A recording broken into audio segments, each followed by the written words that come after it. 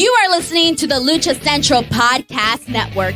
And now, LuchaCentral.com presents Masks, Mats, and Mayhem. I'll write it and we'll do it live. Fucking thing sucks.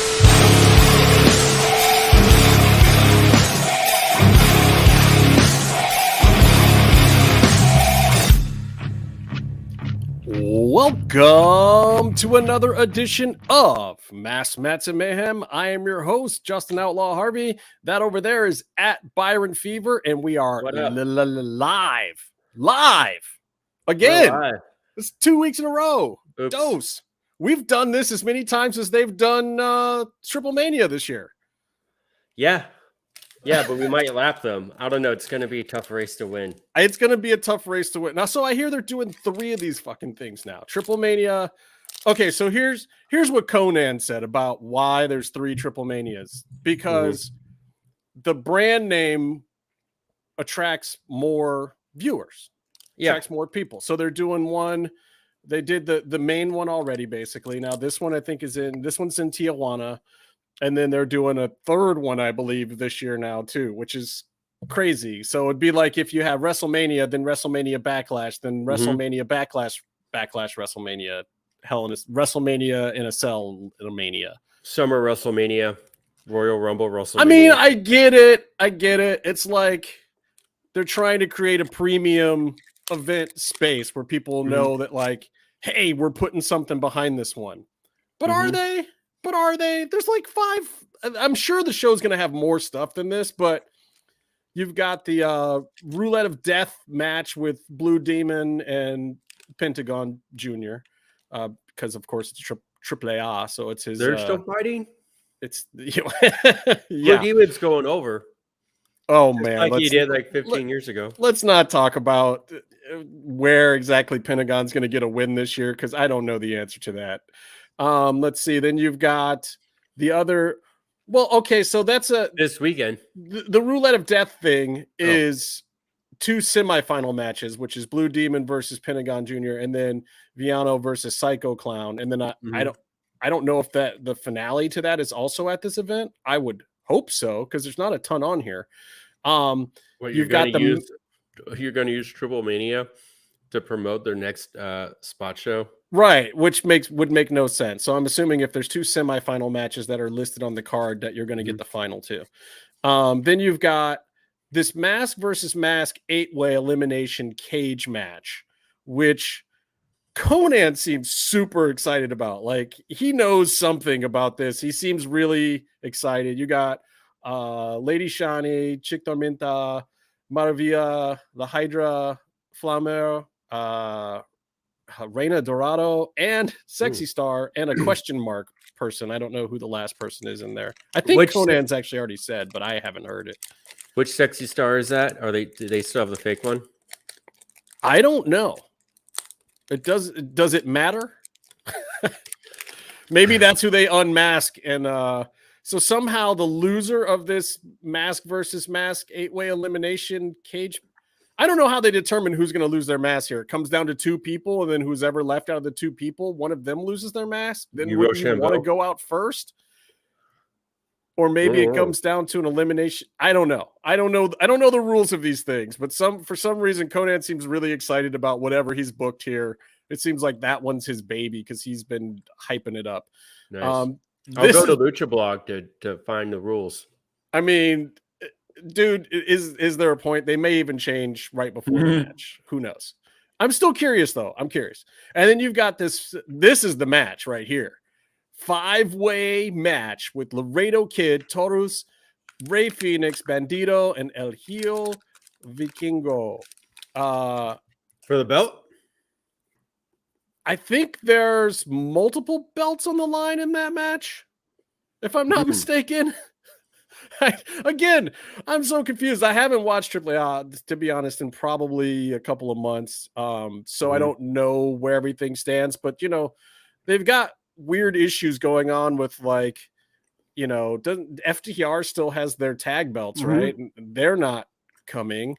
And then you've got this dandy of a match that we'll talk about in a minute, where you've got Dragon Lee and Jalistico versus the Hardys, which that's not gonna happen. I don't believe you. I don't think you're allowed to leave the country when you're out on bail.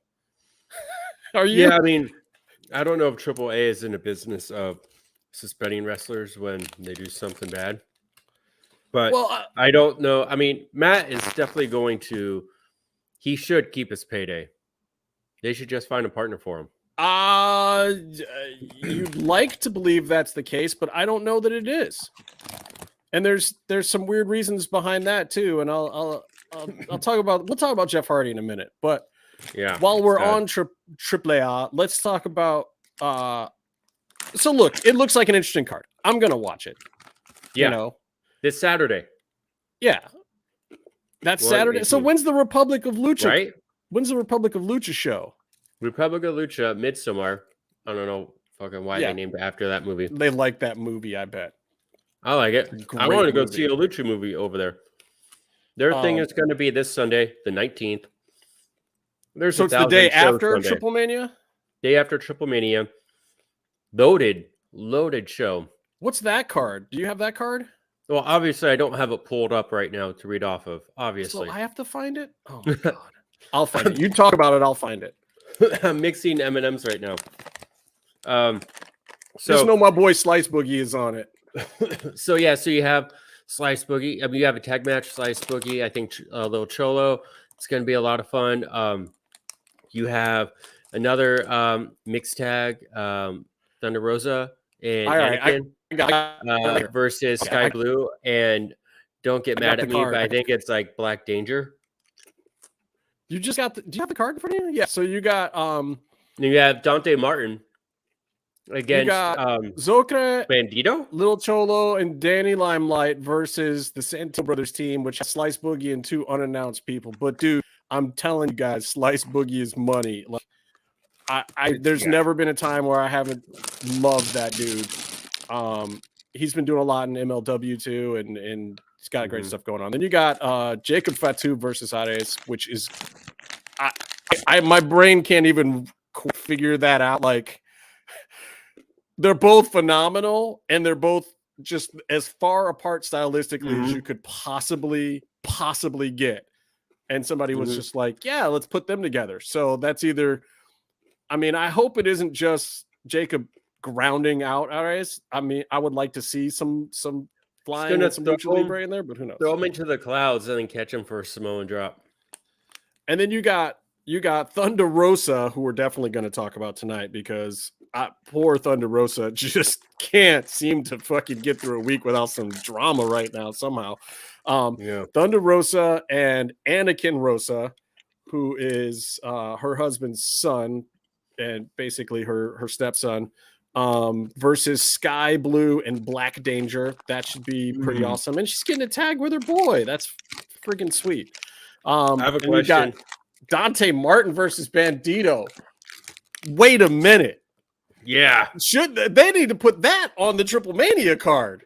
That's like, how is that on the freaking parking lot show for Republic of Lucha? You got to tell Carlos to book Sky Blue. Maybe.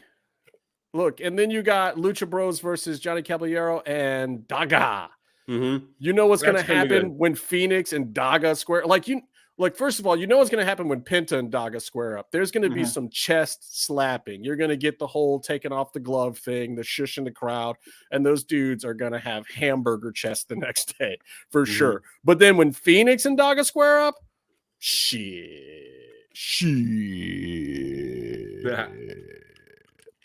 Anyway, I just wanted to talk about the show just because Byron and I were looking at the card earlier tonight, and poor Byron is conflicted because he's got like 40 things to be at. What are you do? What you're going to do? Circle 6, or are you going to do Republic of Lucha? You don't know yet. I wanted to go to Republic of Lucha, and I looked at my calendar and realized I already have tickets to Circle 6. You want to see Kevin Cross, Vinny Massaro? Oh God, at that show, a lot of blood and guts. I'll be front row. So, like, basically, what you're saying is the whole gang is in LA this weekend. Oh yeah, New Japan. All our peeps are somewhere.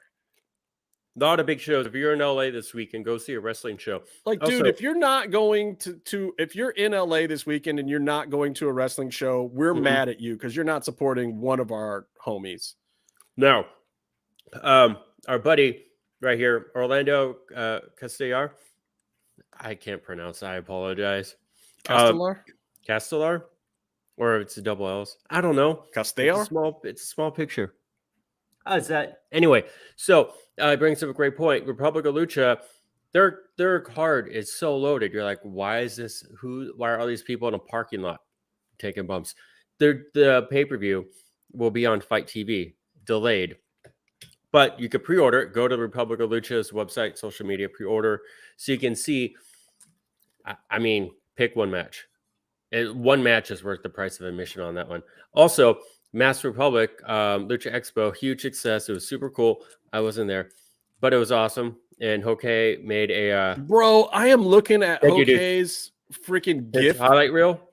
Wow. I mean, that's what I was doing before when you were taking forever to get ready for the show. I was just going through the Hoke gift machine. Like, if you don't follow Hoke, Jocay 19 on Instagram, you're an idiot. And Twitter. Always fire gifts. And then like his stuff from I mean, I'm just he's got all sorts of great gifts that are up right now from the Expo Lucha and all of the coolest shit. The pay-per-view was dope too, which you can still get on Fight TV. Yeah, I get the Expo Lucha pay-per-view, but all the coolest shit that you don't see on TV yet, but you will. Hoke is gifting it and doing all like the multimedia, mixed media stuff. See, he says you said it right the first time. Yeah. Why'd you doubt me? You doubted yourself, bro. It's not how I remember it. You made me read all the names off the AAA card from Triplemania. Yeah, I got uncomfortable when you did that. Triplemania 2. Some of those names. I'm sure I butchered something, but what? How many? Come on. Is this 3 Triplemania thing a year ridiculous? How do we feel about that? I have a hard. Are we angry? I'm confused. I have no bearing because usually Triplemania is once a year, right? And people start talking about it. Lucha Blogs, Twitter starts posting, and it's always worth something. Whether it's the spectacle of Vamp jumping up out of his chair at times he's not supposed to, which Conan seems to get more and more mad about every day now after the fact. I think it's bothering Conan more now. Like they totally squashed their beef. Like when we interviewed both of them, they both seemed, pretty chill with each other. But now I feel like their animosity for each other is growing again. And a lot of it don't they have that match? Loser leaves town. Are they ever doing that? I thought that after Conan got COVID, that was pretty much his return to the ring was permanently canceled for all time. No, but when Triplemania was once a year, used to be a thing, and like we all used to watch it. And I think Master Republic or Lucha Podcasts, Lucha Central would do even a watch along, and sometimes we'd chime in on that. It was a whole thing. It was like a WrestleMania. Now it's like all the time, and it's. I like Orlando. We're keeping him. He says they're going all out this year because it's the 30th year celebration. So it's Triplemania XXX. So I guess you get X amount of shows. Or it's X-rated, one or the other. I don't know how that works in Mexico. Do they have X-rated movies in Mexico? Yeah. Hit us up in the comments and replies on Twitter. send us some good X-rated theaters in TJ. We'll go down. But so while we're on the Lucha Libre subject matter, big news came out this week that the Lucha Bros and Andrade El Idolo were not going to be allowed to perform at Forbidden Door. Was that big news? And well, I don't know. Some people thought it was, but I mean, look, people want to see these guys, so they have their fans. First of all, Ray Phoenix was never going to be on it because he was always required to be at a AAA show that day. He's been booked on that AAA show. One of the few times AAA really booked him far enough out, but apparently they've been doing that with Phoenix and Penta, probably because Conan's involved and knows what's going on. And he's like, hey, you guys worked here first. You're still on this loan out thing, so I need you on these dates.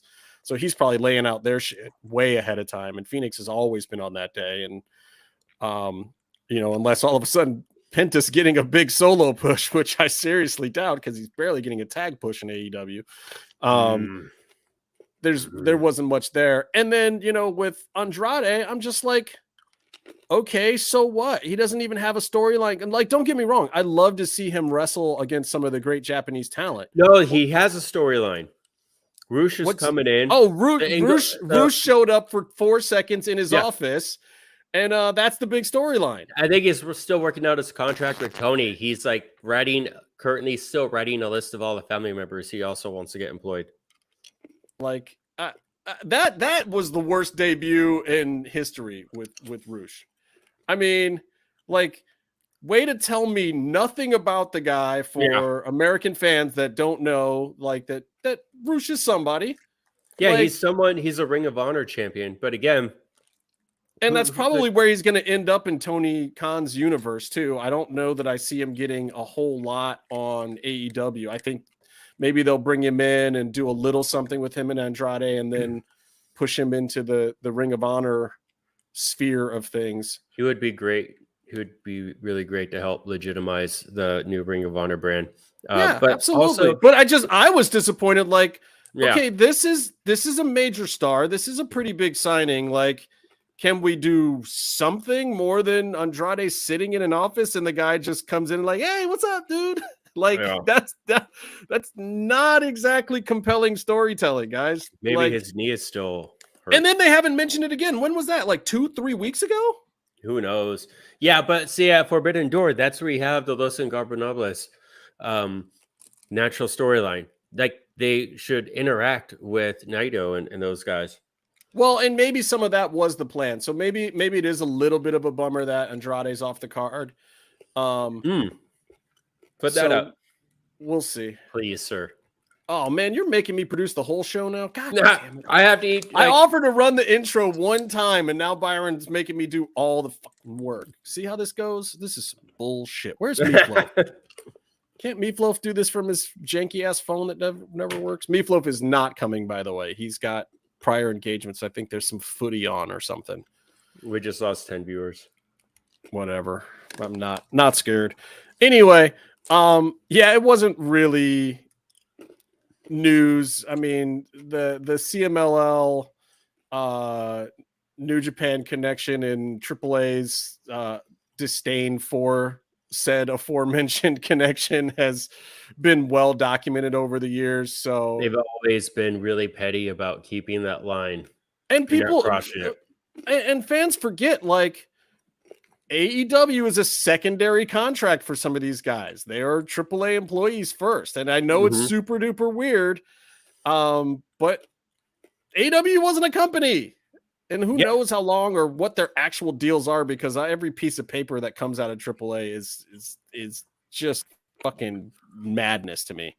I refuse to even think about another AAA contract in my lifetime after the shit that we looked at with Lucha Underground. But the simple fact of the matter is they're contracted there first.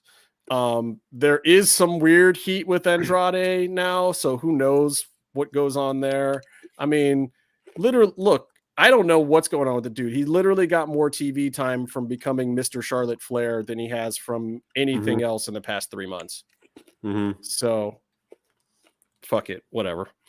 And also, so Jeff Hardy, who I want to talk about a little bit, is, I'm assuming, going to be out of... Yeah, he got suspended. Well, he got suspended from AEW. Now, here's Tony Khan's statement says, we were able to resume contact with Jeff Hardy this afternoon. AEW does not condone Jeff's alleged behavior. Sorry, it's telling me I can downvote this now. Twitter is trying to be all brand new on me. We don't condone Jeff Hardy's alleged behavior. We've made it clear to alleged. Dude, we watched the DUI video. There's nothing alleged about it. They weren't even getting to the point of like making him walk the line yet or do the alphabet or anything weird. Like, they were asking him his name and he couldn't stand up straight. That shit was hilarious, bro. I mean, if that video's out there on Twitter somewhere, watch it. I'm just like, dude, you are sauced. You're like trashed, and it's like I don't know, 10 a.m. or something. You got problems, bro. Speaking of problems, we got Goatse here. He What said up, he's going to Goatse? watch us later. I'm going to punch you in the face later. What do you mean later? There is no late. Well, Son of a bitch. No, he's on vacation in Greece. He's headed right? to the beach right now. Macedonia. What's your physical address, Goatse? Yeah, don't give him that. Just give him your last 4 of your so. Do they have social security numbers in Oz or New Zealand or wherever? This is where Meefloaf chimes in. Do they give social security numbers to criminals? Right. Wow. Speaking of criminals. Anyway, Not me. We've made it clear to Jeff God. that we'll assist him in getting treatment for the substance abuse issues, which he has indicated that he's open to receiving. In the interim, he is suspended without pay and can only return to AEW upon successfully completing treatment and maintaining his sobriety. Great. And then in light of that, then they also announced that we're going to get Dax Hardwood versus Will Ospreay this week, and I'll talk about that a little bit later. That'd be really good. They're still doing the ladder match just without the Hardys, which means that Luchasaurus is going to be responsible for big ladder spots now. That should be interesting. Young Bucks versus Luchasaurus and Jungle Fever. Boy. I have a question. Then we get Tony Storm versus Britt Baker. That's good. That I like. And then Tanahashi's going to face off with whatever that guy from the Shield is. Yeah, Forbidden Door? He's going to win the No, championship. they're doing a face-off at Dynamite. All right. Because it's Road Rager or whatever. And there's the hair versus hair match. Go Ace. Yeah, Which let's talk about that. Do you think Jericho's going to shave his head because he has a big-ass bald spot? I feel like that's the way they're going with this. I feel like with the new angle and everything, Jericho wants to go back to the short, spiky thing. I mean, he has like Sting at WrestleMania levels, bald spot in the back. Yeah, but I think if he goes with a short, spiky thing, it'll actually look pretty good with his newfound abs and stuff. Even if he gets something goofy, I mean, he's a genius with recreating his character. Get something goofy, I'm sure it'll be entertaining somehow. Yeah, but Ortiz has to win. It's not a terrible look. All right, so the Jeff Hardy thing, yeah,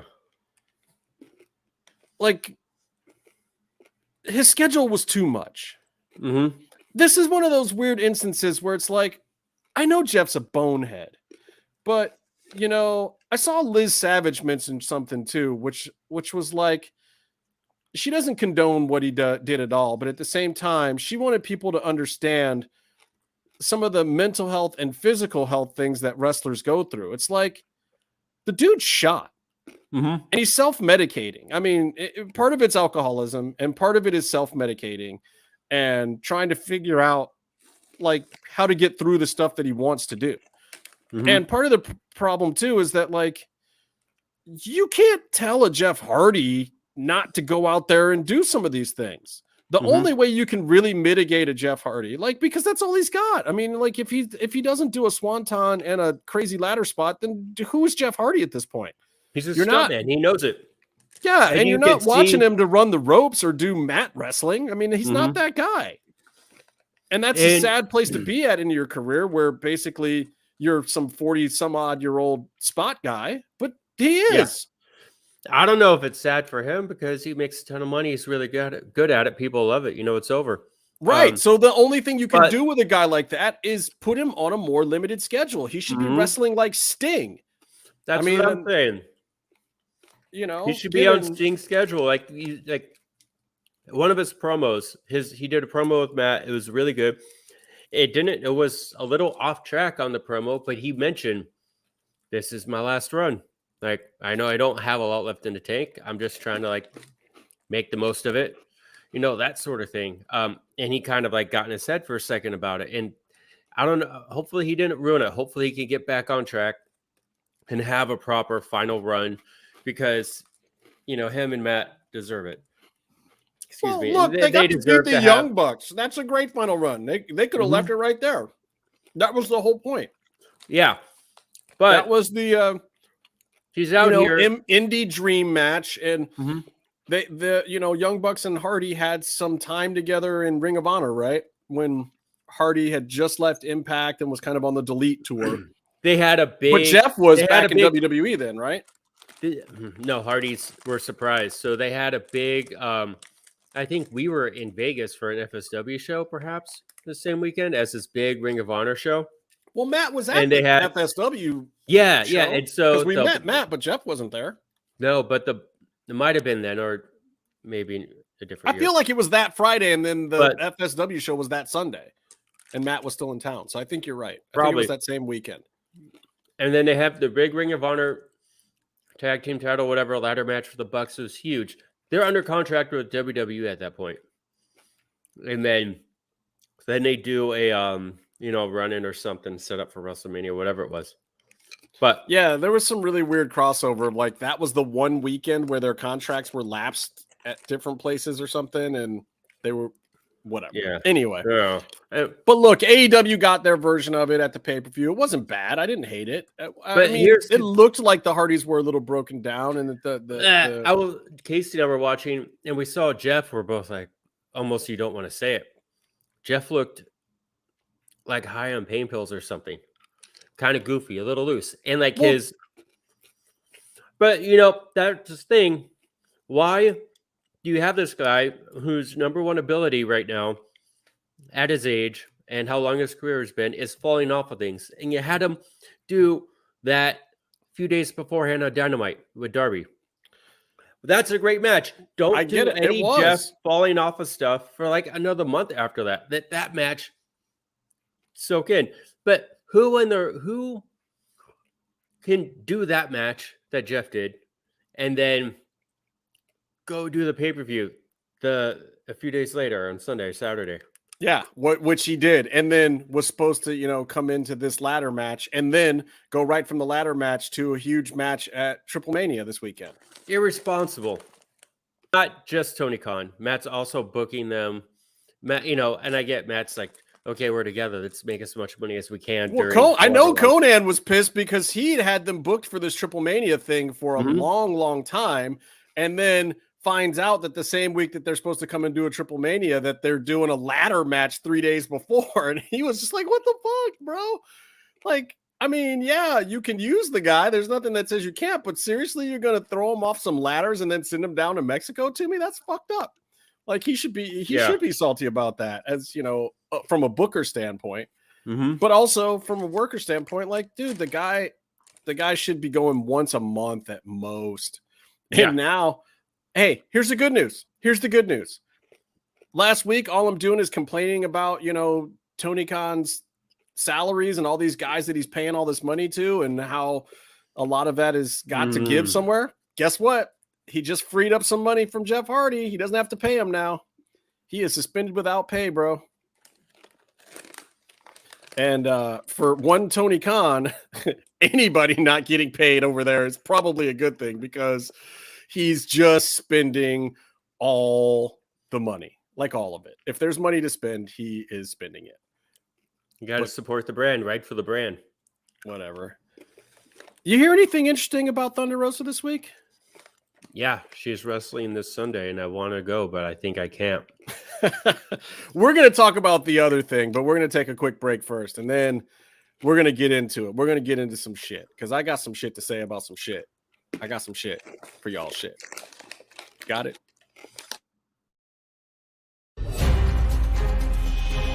Now we're cooking! The two biggest titans in the restaurant rescue game are finally facing off. Beat! Irvine! Beat! Irvine! Watch out, Tapper, because Irvine's coming for you. These two rivals are about to find out who is the ultimate restaurant rehabber. There's no time, there's no passion, there's nothing in any of this. You guys are going at this ass backwards here. After choosing between two local restaurants struggling to succeed, these masters will coach them through a dinner-takes-all battle. Be quiet! We're gonna beat the hell out of you. You prepared for that? I'm prepared for that. Each coach has 24 hours to create a new menu and renovate their restaurant before a head-to-head service. Everything is just a little wild. It's garbage. 3 restaurant rivalries, Two legends, one champion. Mr. Know-It-All didn't know it all, huh? I knew you were going to say the bug. Exactly I right. knew it. And that's how I beat you.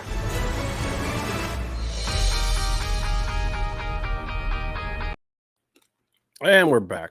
So I had to play that one, Byron, because we keep playing my Fresh Fried and Crispy one that's nominated for 4 Emmys.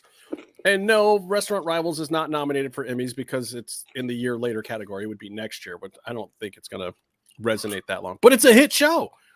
Like the numbers are through the roof on Discovery Plus.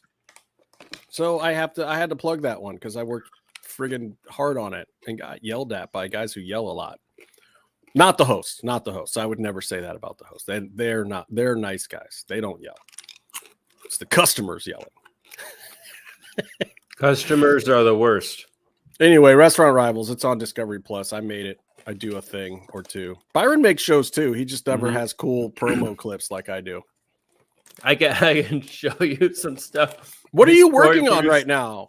Are you still doing the Girls Gone Wild stuff, or what are you working on? Yeah, but that's a hobby. It's not. Oh, No. It's 2022. You can't. We don't do that anymore. You can do whatever you want, Byron. This is Mass Mats and Mayhem, episode 181. That's like you say it forward and backwards. It's the same. I'm post-story producing Jersey Shore Family Vacation. Don't tell me to say hi to Paulie. I don't get to see him in person. I just watch footage of him for 10 hours a day. So let me get this straight. Yeah, buddy. Isn't the Jersey Shore a vacation to begin with? So how does the Jersey Shore people who were on vacation when they went to Jersey Shore go on vacation? They didn't actually live at the shore to begin with. You're not. You keep asking me questions. You're going to get me fired. I'm not trying to get you fired. I'm just trying to say the whole premise of the show to begin with was 6-7 kids on vacation, right? Yeah. That's where they went on summer break. Yeah. Now. But I guess now since they have families and whatever, it's the cast of Jersey Shore going on vacation. I get it. I'm just saying. So they just, because the cast wants to get family pay too, I think. But it's not just the original people anymore, right? There's newer, fun people, right? It's original and there's significant others. And I'm going to no comment on the TV quality of their significant others. Copy that. And moving on. All right. So Thunder Rosa sandbagging. That's what the headline read, right? And someone made a video of like that 3 times Thunder Rosa sandbagged Marina Shafir. And it's like, how much fucking time do you have on your hands, buddy? And like, how many wrestling matches have you ever seen? Yeah, and I want to look at those. So I'm going to give this guy his day in the sunshine. At Eric in Sarasota was really the guy that started. I've been to Sarasota. Sarasota sucks, and the people there suck. Unless you listen to the show. Thank you very much. He says this, and there's a reason why I want to read his tweet, because I don't necessarily agree with it. And there was a lot of dissension against his opinion in the comment, and I actually made a whole friends and followers because of it. But Eric said it might just look like a bad match to an untrained eye, but it's pretty clear when someone doesn't want to play ball, which sucks because it just makes your opponent look bad.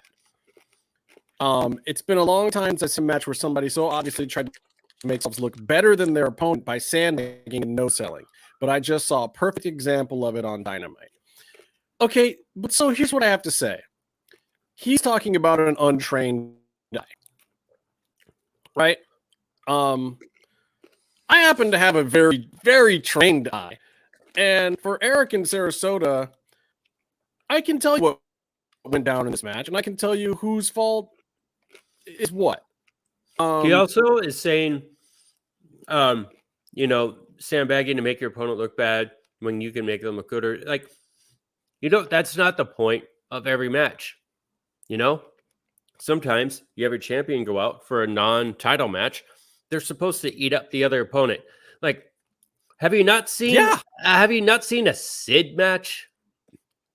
You know what I mean? Like, and the champ needs to go out there and look good. Short notice match. We're talking about a short notice match. This wasn't some like big rivalry that was planned. They got to the arena that day, and this is a show where not everybody's in the PC all week long. Everybody shows up to TV. They maybe got to the day before, or maybe got something out that morning. These two have obviously never locked up before. One of them doesn't even know how to lock up, but I'll get into that in a second. And it's not meant to be great. It's not meant to be great TV, and maybe because of that alone, it was poorly booked. Like, I don't know why Marina was in that spot anyway, other than the fact that, honestly, I really don't know why she was in that spot. Why would you want Marina Shafir taking a loss to the champ right now? It's weird. It's weird because I think she's great. And I've seen her like at GCW and stuff. I think I saw her in Bloodsport. I think she's really potential. She's good. I mean, I think she's great at that level. And also what helps her out now that she also works for a TV wrestling company, she has a character. She has a name. She has a strong identity. All that stuff is great. The execution, the presentation of it is just terrible. Like her music is cool. God, that's music alone. But her music is the way they're doing that music and her entrance, it kills the whole arena. Like it's a vacuum. I don't know. It's like when like TJP wrestles. Yeah, it's not good. It's not like good. The air just leaves the room. Like it sucks everything. It is just straight up. Right? I don't want to. I'm going to get popcorn heat. Like it is not good heat. It is the ultimate X-Pac heat, which is the weirdest term because X-Pac never really had bad heat. But whatever. But it's like she has it. So she has like a TV ready like presentation step one. But beyond having like a look in the name and something to put on the Turnertron, whatever, Titantron, it's not there. And like she's an MMA type fighter, but the execution of it is done poorly. And the things that she does, the way she does them, I think she's highly trained and highly skilled, but it's not getting over. It's just not getting over on the TV. The fans don't know how to follow it. And she needs to figure out, what moves of hers, like Scott Hall used to, he recognized that moves, you throw someone over or you put someone over your head, the crowds pop. So he did a bunch of moves that did that. And like, you gotta look at what the crowd is responding to, what she's doing, and do more of that, lean into that, and maybe even teach them more of where she wants to go. But look, I broke down minute by minute this whole match. And I can say this. Yeah. No, I just want to say that. Sorry. No, I'm not going to go into the minute by minute breakdown. Go ahead. Oh, Marina Shafir had a well promoted title shot against TBS champ Jade Cargo. And that match itself wasn't that bad. But Jade's matches are extremely. I don't know. That match had some wonky shit in it too. Oh, of course. But what I'm saying is that one wasn't that bad. But, Jade's stuff in ring is super protected. The match before, where Marina was supposed to eat up an opponent to look good for her title shot, dreadful. Yes. All the people writing now were writing then. Why is she on TV like this? This is the worst match of all time. Yes. So you're champ, and then that gets brought over to you for, to face you. And she's coming off of a high profile loss on TV. She's really just a dark talent right now, and should be. And here's the thing. A Jade Cargill match is easier to wrestle because Jade is green, and it's going to be power spots. It's going to be you taking power bumps. Period. And Mel wanted to go out there, and you even see at times in there that Thunder Rosa wanted to showcase Marina a little bit. And Marina was biting on a lot of it too, by the way. Anyway, like, here's the thing. Like, Marina and Thunder Rosa could be a good matchup. They're both can shoot fight. Though Thunder Rosa didn't, have the greatest cage debut ever or whatever. She has been in a mixed martial arts ring. She's taken real punches. She's given real punches. She trained hard as hell for 3 years, for legit professional MMA. She was a professional MMA fighter. Marina Shafir obviously knows what she's doing. She's a judoka. She can fight for real. These are two women who can shoot, knock someone out, who can shoot, take a punch in the face, and give one. Yeah. Can grapple, jujitsu, judo, karate, boxing, all of that shit. Okay. She's super tough. She only was in a wheelchair the day after right. her So honeymoon. This is the first thing. The first thing to know is that none of us want to hit either of these two people in the mouth, because the receipt is not going to be pretty. Why are we discussing us getting punched? No, I'm just saying, because people think, like, the thing that I think about the whole match that was okay was them working stiff. Mm-hmm. I think, and there, let me go through some of the breakdown, because I think it'll illuminate some of this stuff. Right off the bat, during the collar and elbow tie up, Marina has her arm underneath under the throat. Okay. And they're right for a collar and elbow tie up. You need a head and a collar, but they're going to do that roll spot where they roll through it a couple times or whatever. And Marina just didn't have her right. So she's legit choking her. Don't even think it was intentional. Mel seems fine with it, but she signaled at one point, like, hey, you're choking me. She signals her. That's the first spot of the match. Already Marina has done something wrong. Okay. The first spot. And then Marina kind of directs Mel running the ropes, but sends her into the corner. You can tell Mel's setting up a running spot. Like, they're going to run the ropes for a little bit. I don't know about you, but pretty sure I've seen that at the beginning of, 90% of wrestling matches. Of course you're going to run the ropes. And then Mel is taken off guard because Marina leads and sends her into the corner. Not once, but twice. Mel tries to correct it, and Marina sends her into the corner again. Then she does it a third time, and you can see it's not the plan. And the crowd is already dead because they're working the corner. There's no action. There's been no running around. Nothing looks athletic at this point in time. All she's really done is blow a collar and elbow tie up and then thrown Mel into a corner when she wasn't supposed to. Then Marina leads. She calls the spot. You could see her clearly call the spot for a head throw. Mel hangs on, rolls through into an arm lock, and tries to reset things of, like, first of all, this, you can tell for Mr. Eric from Sarasota that, thinks he knows so much about wrestling. This is not what was laid out at all. They have completely gone off script. They've gone off of whatever layout they discussed. Okay. And they go into an arm lock, and then they both try to reset things a little bit. Mel tries to go into a mat wrestling sequence then at this point in time, which should showcase Marina. That's a good thing for them. She tries to even set up some of the same stuff that she did with Serena Deeb. That is done to make your opponent look good. And she's easily giving up the reversal to Marina, and you can see her. She pops right into the reversal for Marina.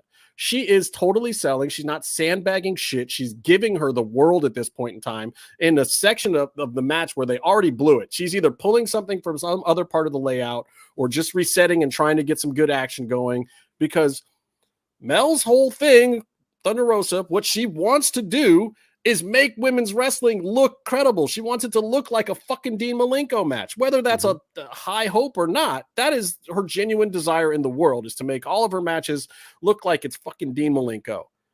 For real, okay? To the point where Dustin Rhodes even has to pull her back and do more showmanship and this, that, and the other thing, and, like, do a spot that doesn't look that intense because you don't need it, blah, blah, blah, whatever. But that's a fact, okay? So she gives Marina the reversal. She tries to let her do some tie-ups and stuff. Marina blows all of it. She blows up that whole section. The crowd was starting to get hot, and they just die again. Okay. And she did the exact same thing with Serena Deeb. Went great. And she's done it in like 12 of her matches. And here's the other thing. If you are the younger up-and-coming talent, and I know some people don't think that Thunder Rosa is all this, that, and the other thing, but also she's wearing the company's main belt. if you're wrestling her, you're supposed to go watch tape and do her spots. You're supposed to come in prepared for what this person does in the ring, and then you can go with the flow a little bit. But if you have any respect for the other talent, you know the higher ranked talent spots. I don't care what wrestling promotion it is. I don't care if it's, Midnight Classics over at the high school gym. If you're the guy who walks in with the belt, the other guy is supposed to come and help you sell your spots. The crowd's familiar with them because you're the champ. Okay. Somebody in the promotion liked you enough for you to be the champ, and you have done something to be the champ. Period. I don't care if you're wrestling David Arquette and he's the champ, you go do David Arquette spots. Fuck it. That's just the way it goes. Okay. So anyway, this is when JR even says that the match is awkward, that there's no chemistry, the styles aren't matching up. And it's like, oh God, you got the old senile man now completely kerfluffled, because what else is he going to say? Everybody noticed. Even JR's an idiot for calling it out that way. Yeah. But like, there's a better way you could have said that the styles aren't meshing, or you could have sold it a different way, or, that Marina is using her judo background compared to Mel's MMA background to neutralize her effectiveness or something. Like you could have done better than that, JR. That's why they always say, oh, looks like he didn't get all of that when they botch a move or a kick missed by Mo. I mean, and there's just a way to say it.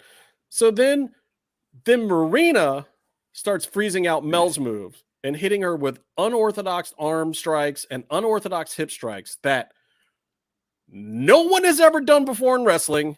Thusly, no one in wrestling is expecting them or knows how to take them. She grabbed her, overhooked, and did a hip thing into her hip, into Thunder Rosa's hip bone. And you could see right off the bat, like, I was like, okay, but I don't know what to do with that, because that's not a wrestling move.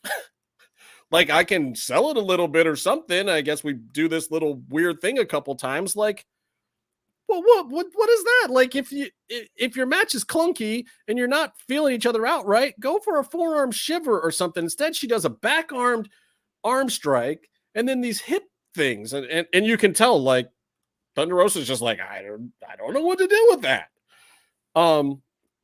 So then this is when Mel gives her a hard way clothesline, takes her out, sits her down, and basically tells her, I'm leading. You can see it. Thunder Rosa is like, okay, I don't know what the fuck we've been doing for the last 5 minutes. This is garbage. I'm leading. I got this. I got us. Okay. So then she gives her some super light, candy-ass knee strikes. Thunder Rosa does. Then she does the Dustin Rhodes uppercut spot or whatever. She's just doing the greatest hits, the easy shit now, which is great. This is what you're supposed to do when a match has gone a little off the rails. You just go to the tried and true, like, this person has to know I do these things. I'm calling the knee strikes 5 seconds before I'm throwing them. And sure enough, they went fine. They looked candy-ass, but that was fine. And then she tells Marina to attempt a suplex for a reversal. She says it right to her. You can see it. Go back and watch it. She says it right to her. Marina starts the sequence, but then powers Mel over by force too soon. She tries to snap into a suplex when it's supposed to be a reversal spot. They're supposed to do a little tug of war. They're supposed to dance a little bit. It's a wrestling match. You don't just throw every move, especially when you're not a monster, and you're up against the champ. When you're out there to lay down and do a job for the champ, that is not where you just muscle somebody over. And this is the spot that Eric from Sarasota is calling out as Mel sandbagging. Of course she was dead weight. She wasn't supposed to throw the suplex then. You can see it. She calls the spot. You've seen it in wrestling a million times. Yes, it looked wrong. Yes, Mel didn't push herself up for the spot because Marina threw it at the wrong time. It's terrible. It was horrible. And all these marks who are looking at this and saying that Thunder Rosa is sandbagging her, she was just coming off of 4 spots where she's trying to make Marina look good. So anyway, let me keep going because it gets worse. at this point. Somehow, like you thought they would have got it back on the rails, but somehow it gets worse. Marina's also asking Mel to throw hard stuff throughout the match, which is great. And I think, and this is what I said was part of the good thing. It was getting over the hard shots, the stiff blows. They could both take it. Neither of them seemed to mind at all. You can see Marina telling Mel to throw some heat, put some heat on it. It's fine.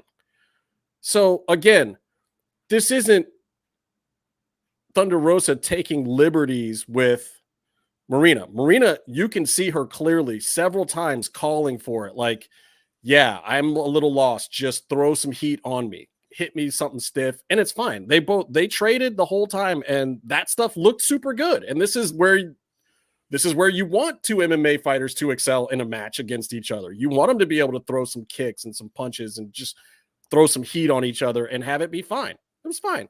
They weren't potatoes at that point because they're asking for it. And they're both totally fair game for it. Then right as they go to the commercial break, Marina tries to lead again. Aubrey signals the break. The break's coming because Marina's trying to lead into some big spot or whatever. Aubrey's like, no, guys, there's a break. And so Thunder Rosa freezes her out. Like, no, we're going to a break. There's no point in whatever you're doing. We're so far gone from our format right now that whatever you're about to do, and this is a problem in AEW because a lot of times people do that shit during the break. And it's like, what? You're going to hurt yourself when we're at a commercial. I don't care if it's picture in picture. Don't do that. I think it's Fight TV. You still watch it full frame. Yeah, but still, you're in a commercial break. The ref signals the commercial break. You slowed. What's the first thing that happens? You bump out or you do a rest hold. Well, with AEW, what they do is the heels will work during the commercial break. And if you're watching like the Fight TV feed or you're watching the picture in picture, when you feel it's right before the babyface comeback, they come back from commercial and then it's right. I get that. Then it's like a big high spot from the face. Well, that also didn't happen, but we'll get there. But for whatever reason, and hey, look, maybe this is one of the spots where Thunder Rosa was a little bit in the wrong because you can see her clearly freeze out whatever Marina's trying to do right as they're going into the break. Either she's trying to hear what Aubrey's saying or something, but she put the kibosh on whatever was about to happen right there. But it looks like she's telling her not to do the big spot during the break. So then Marina knees her and throws a hard tit kick. Not anything that you do in wrestling, not the way that she did it. Like she kicked her in upper chest plate. That's not a wrestling kick. And she didn't have the knee bent. She didn't push into her or anything like that. It was a kick, like full into, and you could tell that right then Thunder Rosa's like, oh shit, you got a receipt coming, what's up? And like she wasn't super duper mad about it, whatever, but it was not what was supposed to happen. Clearly it was unplanned and it was not executed in a wrestling laid out fashion. But Thunder Rosa sells it. She sells it hard. And then Aubrey comes over to both of them and blatantly tells them again, like Aubrey is now involved and no longer hiding anything. Like, you want to talk about exposing the business. People, go watch this match. You have never seen this much of three people talking their way through a match in your life, except maybe some of those awful Billy Gunn ones where he's like shouting out everything across the fucking whatever. No, that's John Cena was known for calling spots super loud. And he's terrible. He didn't even care. He's like, I'd rather 1,000 people whatever hear and it happens than the one guy doesn't hear me say. Well, look, Aubrey is clearly full on there, though she also knows they're in the commercial break because she comes right over to them and tells them both again, like, Jesus Christ, what the hell are you guys doing? We're in the commercial. Slow down, chill out. She's trying to get them back on. She's trying to get them to work the spots. I'm guessing at this point in time, Aubrey's earpiece is just lit up. She's probably got so much traffic inside her head that she doesn't know what's going on. Marina then sets up for a hip toss, but throws Mel down right on her spine instead. You know, just a hip toss. But she doesn't do it that way. She throws her off to the side and throws her like the V of her back into the ground. So there was no way you could take a back bump. And that is great in judo, but in professional wrestling, you're supposed to go up and over so the person can take a back bump and tuck their chin. And that's not what happened. And then Aubrey saw that too, and Aubrey just runs over, and you can see her telling them to work a rest hold. Like, that's it, ladies. Stop this nonsense. Rest hold time. Whatever. This is your chance to take a breath, regain your composure, because we got to do a go home spot when we get back from the commercial break. Can we please throw in a headlock or something right here, ladies? But then, so Mel's down in the headlock or whatever Marina's got her in, and here comes the receipt for that kick. She is throwing straight punches to the jaw, and that's Thunder Rosa doing that. That is not the first time. Watch a JBL match sometime if you want to see some more of those. JBL potatoed the hell out of some people during a rest hold, especially if he thought that they were taking any type of liberties in his ring. You know, and let's be honest. Is he the first? No. I mean, a long history of sending some receipts. So yeah, she just right behind the head, just potatoes her up a couple times. Real nice. Which I got a real kick out of. So then instead of doing what you do in a moment like that, to let them know you get the message, like you kind of cinch up on the hold, you move your head and whatever. No, Marina potatoes Mel with a punch and a kick right after that and stands her up. Not full 100%, but they weren't pulled punches. She came out about 80% on a real punch and a real kick again. They were not worked strikes. And then Aubrey finally slows them down again into some more rest holds. Now both are finally still working the break, but they're working each other super stiff. They're just throwing heaters and potatoes at each other left and right. And at one point, Marina does this to Thunder Rosa, like a shame on you thing. Not really working the crowd either. Like, they're not happy with each other at this point. But I think they're kind of working through it, and they're feeling like, okay, we'll still get through this. Then Mel starts checking kicks. Marina threw a real hard leg kick, and then she threw a body blow that looked like a real uppercut body blow, like right up under the rib cage. And then after that, and people don't know, like a checked kick when you're trying to throw a wrestling kick, oh, that's brutal. So Mel just reaches her legs out and checks the kick, which you could tell hurt Marina's shin. So it's just like, oh God, what is going on here? But Marina was kind of like, I don't think Marina minded the rough stuff. She was like, okay, I get it. Cool. And then Mel, after the uppercut, works several stiff blows back to Marina in the corner to set up the go home. But Aubrey is waving Mel off at that point, telling Thunder Rosa, like, chill out, whatever. You guys are a little wild. When is it? Oh my God. Oh yeah. So after the body punch, before the corner stuff, when Aubrey tells her to calm down, Mel throws this fucking lunge kick, a teep. A teep is when you're standing on your forward leg and you reach your forward leg forward and kind of push the person back. But a lunge kick is when you step into it and kick them in the chest while also doing a teep. And that's pretty much what she did. Marina goes flying across the ring. That was, if you go back and watch UFC 2, there's one of those in UFC 2 that sends a guy all the way back into the cage. It's incredible. And that was pretty much exactly what happened here. And again, Marina didn't seem to mind too much. Honestly, like, I think Marina's fine with the MMA, the rough stuff. She was fine with it. Aubrey seemed to be the one that was like, whoa, what the hell is going? No, chill this out. This is ridiculous. And I feel terrible for Aubrey. So then we get to the part where Aubrey is basically calling the whole match at this point in time. After that stuff in the corner, Aubrey is calling the match. She's sitting in everything. She's telling them it's time to start the go home segment. Like, let's get out of this, ladies. Let's put in some real work. And she starts calling it, and they seem to be fine with it. And they're going along with the finish. And it looks like, okay, this actually looks like somebody laid something out here. But Marina still looks confused. So right after Aubrey tells them what the next spot is, Marina's on the ground. You see her asking, and Mel is telling her like what the next spot is. Again, Marina is asking. She does not know what is about to happen. She seems confused.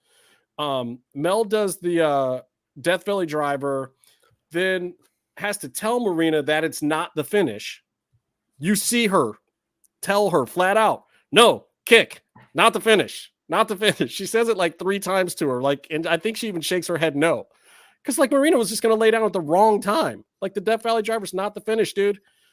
And then Marina has no clue where to stand after that for Mel's kicks. It's like, oh my God, you cup your arms. You turn your body to the side. You take the kicks to the chest. Have you not watched the Daniel Bryan match in your life? Jesus Christ. Everybody knows how to take these kicks. Mm-hmm. She's like turning the wrong direction. She looks like a rock'em sock'em robot fell off the fucking board. She has no clue what's going on. Then there's the first victory roll out of Marina's move. It's supposed to set up another move. It doesn't happen clean. And the second one looks like the setup to the clean finish.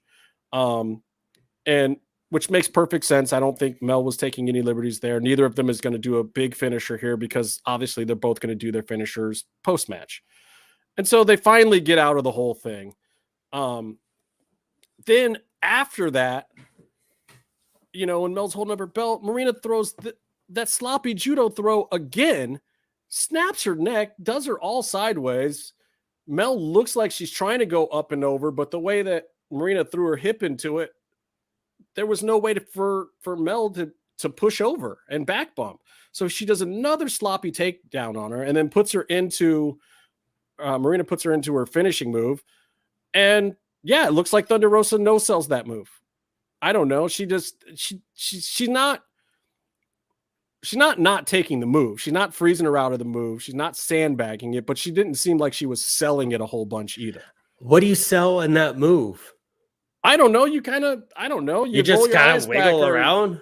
But it's also after the match, so maybe you tap. Yeah. And look, huge, bigger stars than Thunder Rosa have done that. Freaking Roman Reigns does that every other week. You know, you sell the other guy's move, especially after the bell's rung. You tap quick, you over exaggerate, you make them look tough, you let the person get their heat back. You got the fucking win, you've got the belt. You know, you do the rest of your locker room a favor. Mel didn't do that for some reason here. I don't know if Thunder Rosa had something else going on, waiting for the run in. Tony seemed a little bit slow. I don't know. I mean, my opinion watching it, and you disagreed, and I can't say that you're wrong, but my opinion is that Tony was cued way late.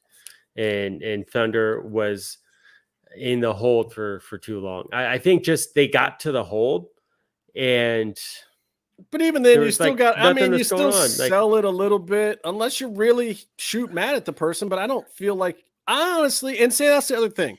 Even this far in the match, I don't think Thunder Rosa and Marina Shafir are having an issue with each other. Yeah. I think they're just not having chemistry. I don't think either one of them is mad at the other one. I think there was a couple spots where they sent receipts to each other because they blew some stuff or threw some pepper on it and, you know, potatoed each other a little bit. But these are tough ladies, y'all. These are not the kind of people that get fazed by that kind of thing, you know? And, you know, and this is part of the difference with the Evil East thing. Like, I think that Evil East thought she could take some liberties and that she was the more experienced one that should be leading. And there was a big communication gap there. Similar thing in a certain way. You know, they just, certain talents don't jive, you know, and in the locker room, one lady's got the belt, another one is just on the way up. And this was a bad booking call. Whoever thought these two were going to dance well was incorrect. The match was a bit of a cluster.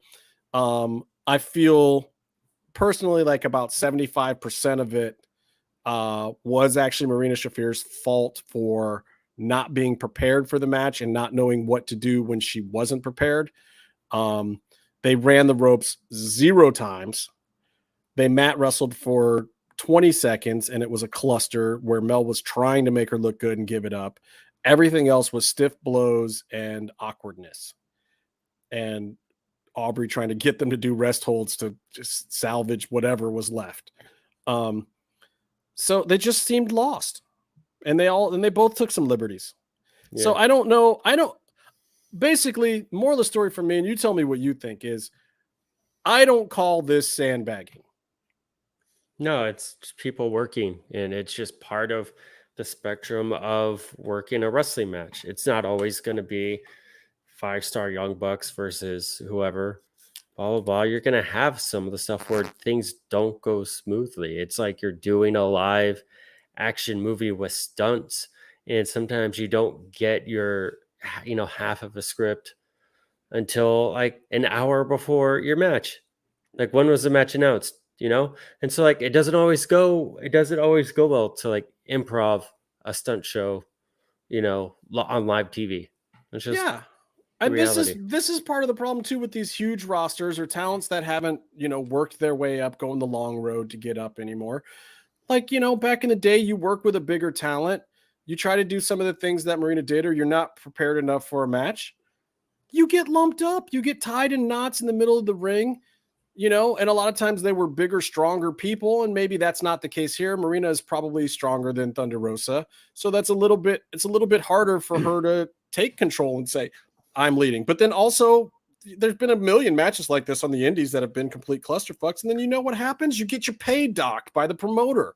You get a slap on the wrist, and it wouldn't be the champ. It would have been Marina Shafir. She would have been docked. She would have been told to work out her shit, come back better next time. Like, you're off the big show next week, or you're not getting paid the same amount on this circuit. And it used to be everybody worked those circuits long enough that if you got TV time, by the time you got there, even if you were a jobber in a squash match, you knew how to bump for the guy who was the rung above you on the ladder, period. End of story. That didn't happen here. And you get more of this all the time now because of how people get into the business, how fast they come up. And it's fine. I like that. I like seeing talent come up a little bit faster now because I want to see them when they're still young and fresh and innovative and trying things. But this is the price to pay for it. I like Marina Shafir. I think she's going to be a good talent in the business. I think she's got great stuff in front of her. I think Thunder Rosa also still has a lot of great stuff in front of her, and she's grown tremendously. Yeah. But also keep in mind, here's the thing. There's a reason why the person with the belt always leads too. They have stuff to protect. If they're nursing an injury, they don't need to tell everybody in the back. You tell the boys in the ring. You tell whoever, or the girls, whatever. You tell them in the ring. You lead the match. You protect your injuries. You protect the belt. You've got big matches coming up. The company's money, everyone's money, is more at stake on what happens to you in that match than what happens to the other person. It's their responsibility to follow you.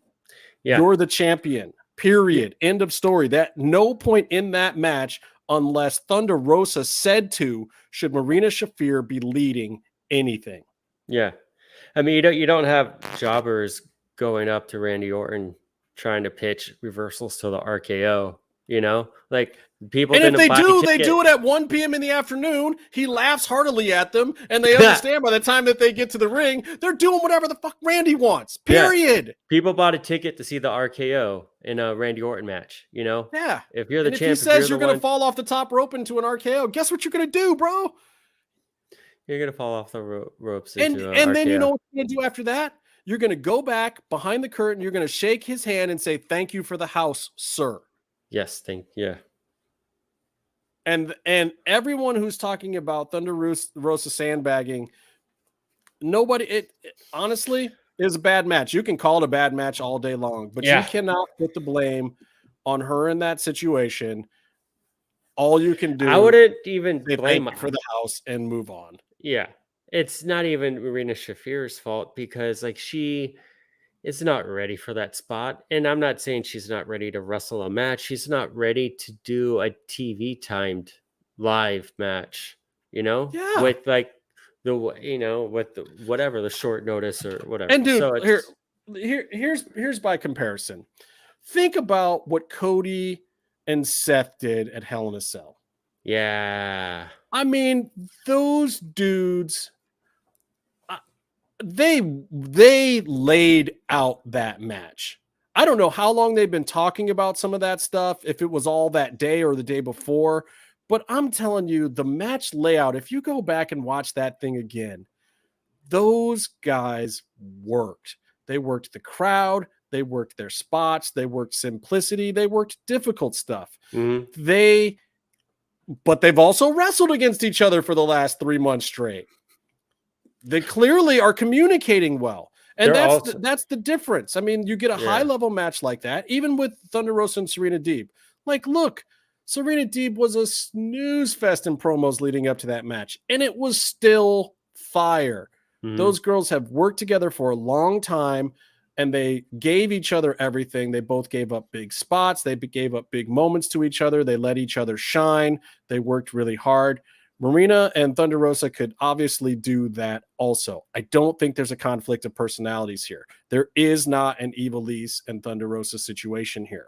That was different. That was egos. That was two people that were at a very similar level experience-wise, butting heads a little bit and not jiving, not doing it, together. Well, you know what's a big difference. And one of them, by the way, was a little more wounded pride-wise going into that match than the other one, and it happens to be the one that's no longer with the company. Just saying, that's my opinion. Yeah. Well, another thing that I think that you could tell how this is a little different is that neither one of them are taking to social media about it. I mean, Marina Shafir and Britt Baker liked the guy's tweet. I don't know. That they could just be having a laugh with each other about it. Marina might even think that now. I don't think Marina felt that at any time in the cage. I think if somebody said to her, "Oh, that person took liberties with you," then she might actually be like, "Oh yeah, she didn't make me look very good." Like if anything from Marina, it's way after the fact. And it's because of what other people are saying to her. Because honestly, I don't think she's been doing it long enough or with enough people to even know if she got sandbagged. Yeah. She's probably just taking it on what other people are saying. And Britt has thrown salt into all of Thunder Rosa's wounds. They have a rivalry going. It's kayfabe, people. She has kept it going. Go back and look at all the tweets that she's liked. She's liked all sorts of people saying evil crap about Thunder Rosa. She's a heel. I mean, I personally would like any tweet that made fun of Casey. Yeah, exactly. We're not even working a program right now. Doesn't matter. Your nemesis gets it every time. They get the thumbs down. It's just unless by chance the finish got changed while they're in the ring. I feel like the finish was the only thing that they did right, but But I'm just saying, like, you have a match against a champion on the A show, for lack of a better term. It wasn't Rampage, and then and so in the middle of the match, this is a big break for you. You're new and you're being very protected on TV, even in your losses, and you're asking for the finish in the middle of the match. Like, what? She looks so lost, bro. If you go back and look, like, Marina just looks lost. You don't complain about any, especially coming from, MMA, where, it's kind of an alpha personality, alpha type environment.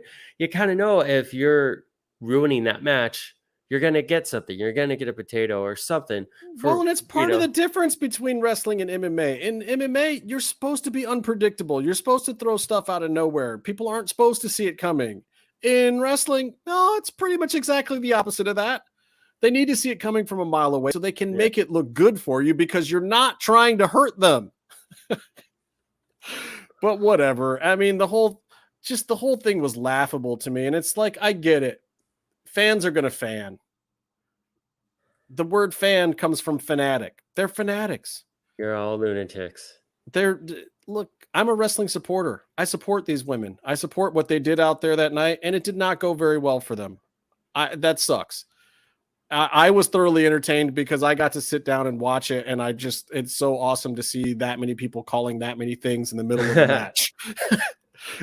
That shit's hilarious to me, and that's very entertaining. And to be honest, it's maybe only the second time I've seen Thunder Rosa do that, and I've sat 3 feet away from her at matches, and she's smooth. She knows how to call a match. She knows how to lead. She knows how to follow too. And a lot of time I watched her, she was coming up and she was wrestling against men. Oh my God. Some of the best shit I saw her do, she didn't lead at all. And it was Sammy Guevara leading the whole time. And he took her for a freaking, I don't know what the hell it was, off the top of the entranceway at Lucha Underground. Oh yeah. They did a Spanish fly. They did a Spanish fly. 20 Yeah. feet up, and you could see, yeah, Thunder Rosa she was just like, I got you. I'm going to do whatever you say. The whole match. Yeah. Even when And they we weren't talked locked up, he was still coaching her through that whole match. And it was great. It was like, damn, Sammy, I hope you're an agent someday. We talked to her afterwards and we're like, that was awesome. Weren't you scared? She's like, oh, there's enough people down there. Whatever. Yeah, she just but that's what it's supposed to be. You're supposed to be able to trust Sammy Guevara. Like you're supposed to trust these people. Clearly, those two women did not have trust in what was supposed to be happening there. It wasn't laid out well enough. They didn't know it well enough, or it actually looked like Thunder Rosa did know it well enough and knew when it was off the rails, tried to get it back on the rails, and Marina just wasn't capable of doing that. So what you got instead was a clusterfuck, and it looked like Thunder Rosa was sandbagging. I don't think she was. I mean, Thunder Rosa can tell me if she's wrong. Maybe I'll get a phone call where she's like, nah, I was really sandbagging that bitch. Bring her on come on the show. But I don't think that's gonna come on the show. Her own show now. She's tweets. Doing busted open. I like to think that we were her inspiration for getting into podcasting. But anyway, I hope so. All right, a couple other things I want to talk about. My boy. Oh, can you say Killer Cross? Yes, I can say that. My homie, the dude. I hope to God that when an indie promotion books Cross, if they want one of his promos, they just have to pay extra for it or something. He did this promo a couple weeks, and I was going to talk about it last week, but just amazing where he talks about, carrying the entertainer, and then Kevin, the nice pretty boy that, shakes all the hands and kisses the babies, and that what you guys are getting is Killer Cross. Did Steiner pull out of that match? Did that match just end up being him and Rosser?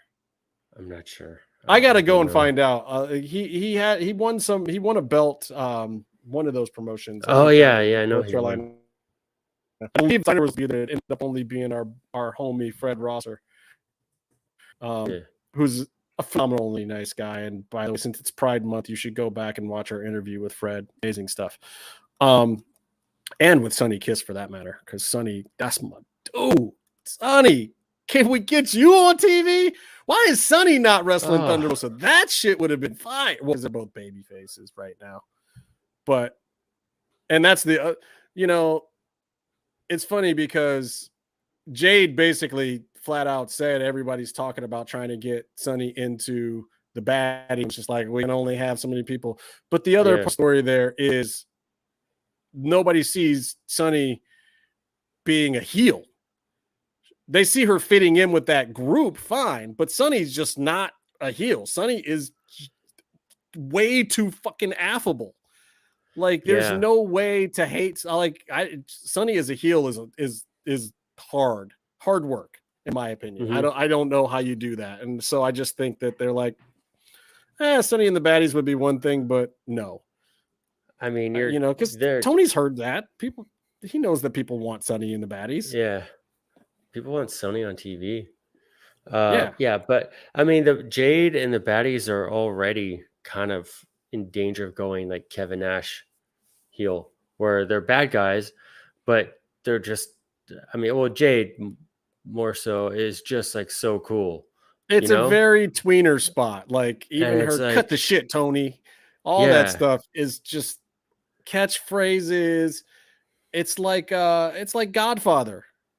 Like, he was a face, he was a heel. Did it matter? He was coming out with the hoe train and he was doing his thing. Like, it just, you either liked it or you hated it. And I think that's the same thing with Jade. Like, whether she's a heel or a face, you either like the gimmick or you just don't. And most people like it. Yeah. I think bringing up that point, I think adding Sonny to that group would make it, they're wanting to be heels even more of an uphill climb. Yeah, I mean, Sonny would be there to, like, you put Sonny in that group when you want to make it fun. Yeah. If you want to make them look more like the life of the party and not heels, sure, put Sunny in there. And maybe if Jade does a face run, that'll be the way to do it. Maybe that's the way to turn Jade face. I don't know. Anyway, look, this is just a banner month for promos. Eddie Kingston, Cross, some of the Matt Hardy stuff. I feel bad for Matt because he's just seems like he's just off the AEW card now, and I don't know what they're going to do at AAA. Oh, he lost those 2 bookings. But he's on contract with AEW, but still. Yeah, I mean, Matt's getting paid to show up Wednesday either way, whether they use him on TV or not. He's getting paid. Yeah, but he's been pushing his brother so hard to take care of him. But AAA, what does he do? Go down there with another partner? Maybe take Christian. If Christian would do it, is Christian gonna all of a sudden drop his weekend plans with the kids for Father's Day and go down to Mexico with his not so buddy Matt Hardy? Like, I don't know. It would be great. It would be a perfect sub. Has Christian done AAA through the AEW thing? I don't think so. I don't think so. But that would be a great substitution. The scene make it be interesting. Maybe there's a reason to watch. So how do you feel about Cody Rhodes now? A week later, he's had the surgery. Mm-hmm. You've heard all the stuff.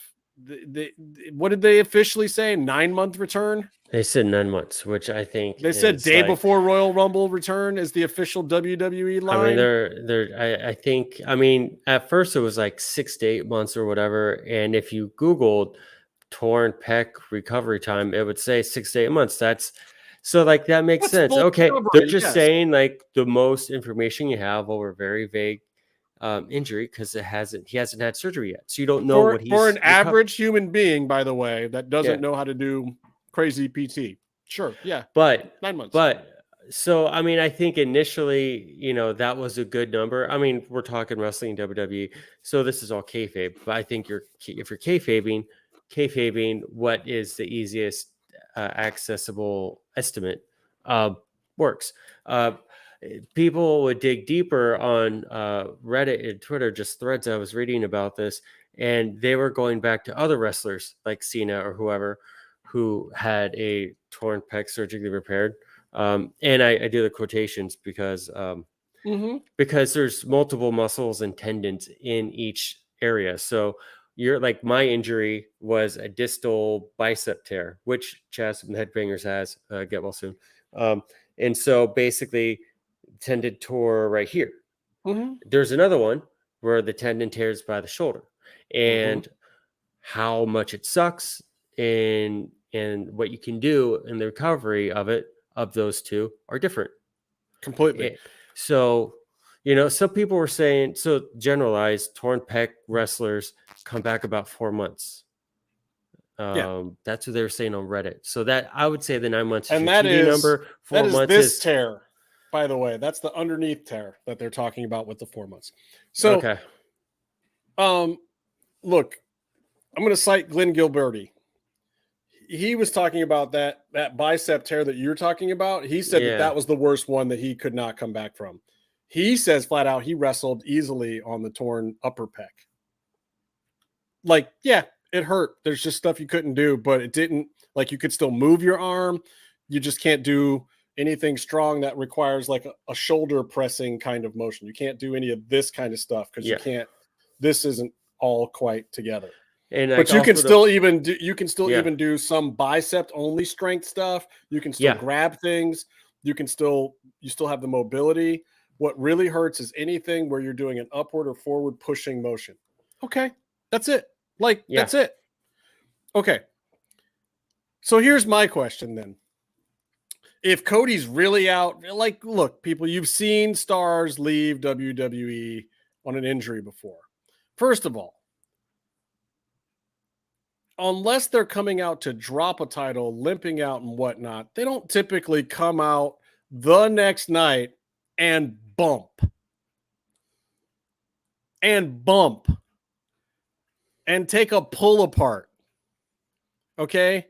clearly the docs said it was okay for Cody to go out there and do the pull apart and take more sledgehammer to the wound, even if it's worked, pushing it in there or whatever.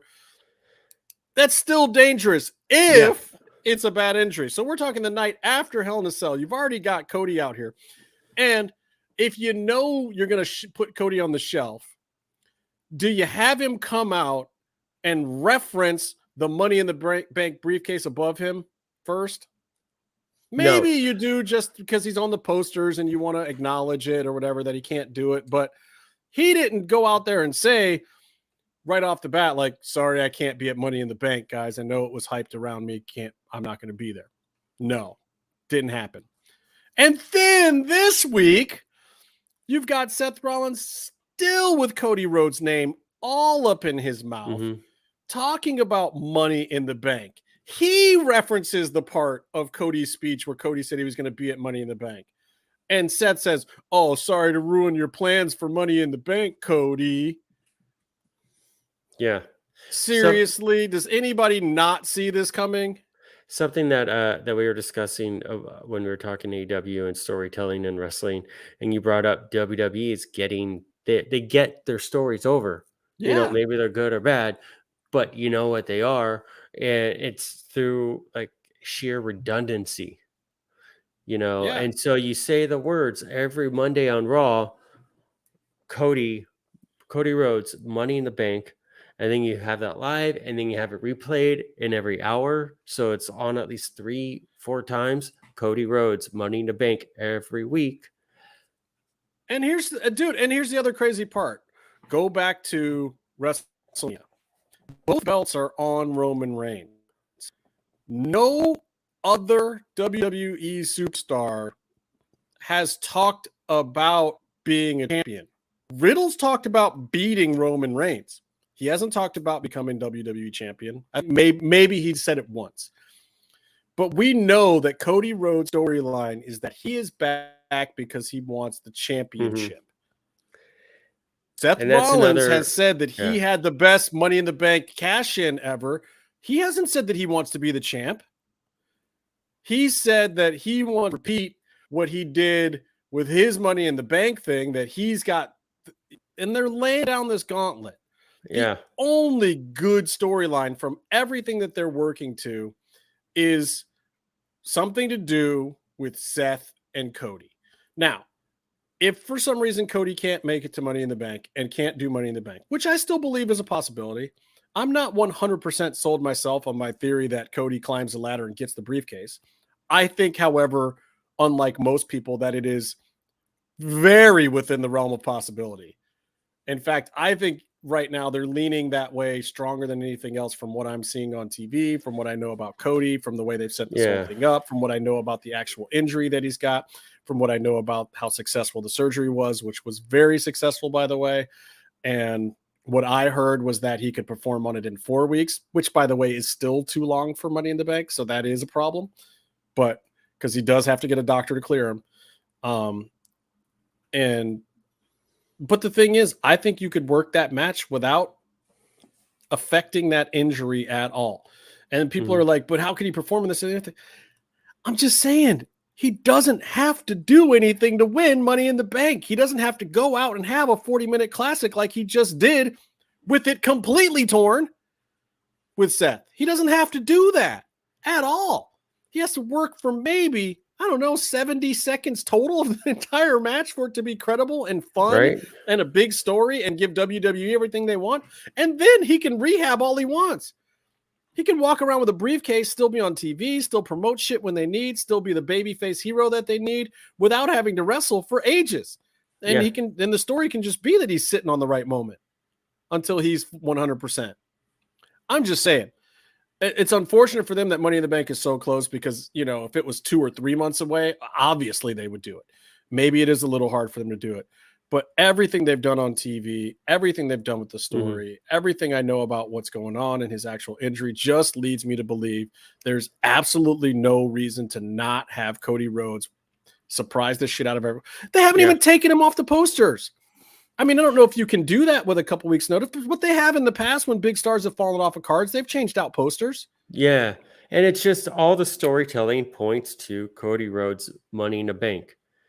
Something needs to happen involving Cody Rhodes that's important. Money in the Bank. And maybe it is just Seth. Maybe it is Seth goes up, Seth gets the briefcase, and Seth claims that he's going to repeat, his giant win, and then Cody comes back to foil it at some point in time. Maybe that is it. Who knows? That's still good storytelling. Or maybe Cody comes out and stops Seth from winning. Or is that maybe? What you said? Yeah, or something like that.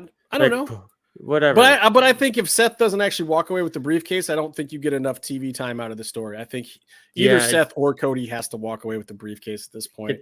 Especially with Roman spending more time on SmackDown with both belts. I mean, look, they had Austin Theory headline with the U.S. title this past week.